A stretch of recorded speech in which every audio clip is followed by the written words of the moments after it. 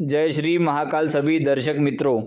अगर आपको मेरा चैनल अच्छा लगता है तो अभी लाइक करें, सब्सक्राइब करें और नीचे दिए गए बेल आइकन को ज़रूर दबाएं ताकि मैं जो भी नई से नई साधना, अनुभव और गुप्त जानकारी लेकर आऊं वह तुरंत आप तक पहुंच सके। जय श्री महाकाल। मैं संकेत नाथ अघोरी।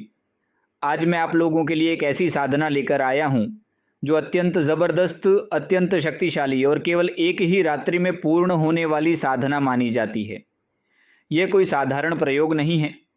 यह मायावी शैतानी शक्ति की सिद्धि से जुड़ी साधना है। ऐसी शक्ति जो यदि वश में हो जाए तो साधक के जीवन की दिशा ही बदल सकती है। लेकिन शुरुआत में ही स्पष्ट कर दूं, यह साधना कमज़ोर मन, भयभीत हृदय या लालच से भरे व्यक्ति के लिए नहीं है।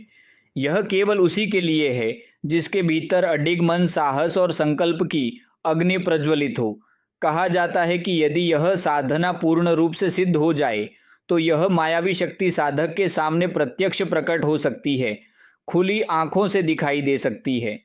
उसकी उपस्थिति केवल आभास नहीं, वास्तविक अनुभव बन सकती है। अब प्रश्न उठता है, यह मायावी शैतान क्या है? प्राचीन तांत्रिक कथाओं में वर्णन मिलता है कि ऐसी शक्तियां प्रायः जंगलों, श्मशानों और निर्जन स्थलों में निवास करती हैं। ये किसी भी मनुष्य का रूप धारण कर सकती है। कई बार लोगों ने अनुभव किया कि कोई परिचित व्यक्ति सामने खड़ा था, बात कर रहा था और अचानक पलक झपकते ही अदृश्य हो गया।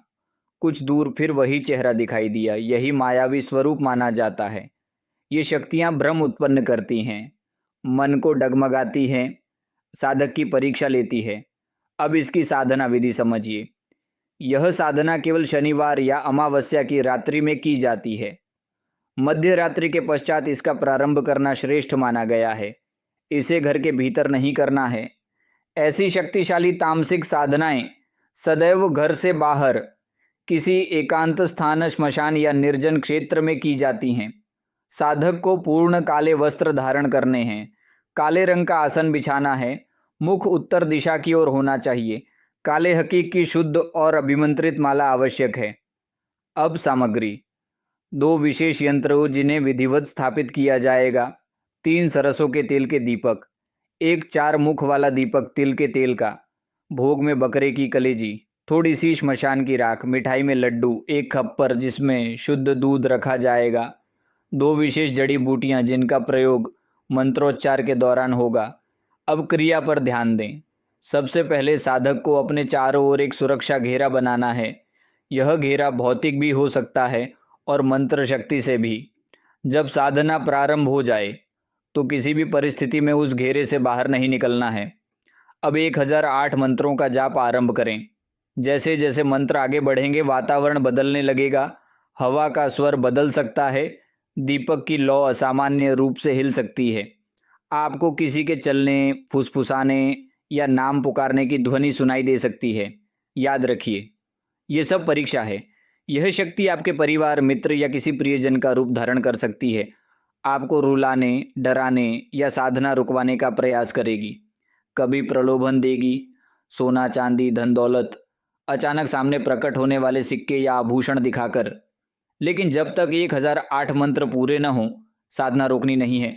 4 मुख वाले दीपक को जलाकर बाएं हाथ की पहली उंगली से रक्त की एक छोटी बूंद लेकर दीपक के चारों कोनों पर लगाएं। यह संकल्प की मुहर होती है।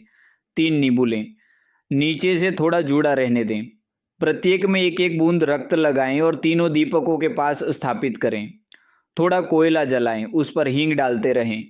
उसकी तीव्र गंध वातावरण को सक्रिय करेगी। जाप निरंतर चलता रहना चाहिए। बीच में रुकना नहीं है, डरना नहीं है। आंखें बंद कर सकते हैं परंतु उठना नहीं है।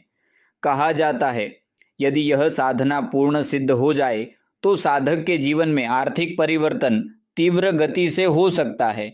कर्ज समाप्त हो सकते हैं, कार्यों में सफलता मिलने लगती है, विरोधी शांत होने लगते हैं।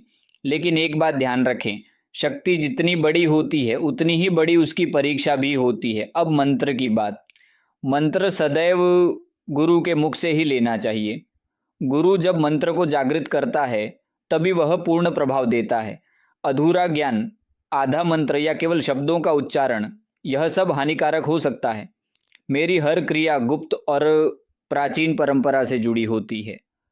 बिना उचित मार्गदर्शन के किसी भी तामसिक साधना का प्रयोग न करें। वीडियो को शुरू से अंत तक अवश्य देखें।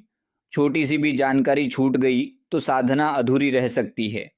यदि आपको यह जानकारी महत्वपूर्ण लगी हो तो अभी लाइक करें, सब्सक्राइब करें और बेल आइकन अवश्य दबाएं। आपका एक सब्सक्राइब मुझे और भी गुप्त साधनाएं और अनुभव आपके सामने लाने की प्रेरणा देता है। जय श्री महाकाल।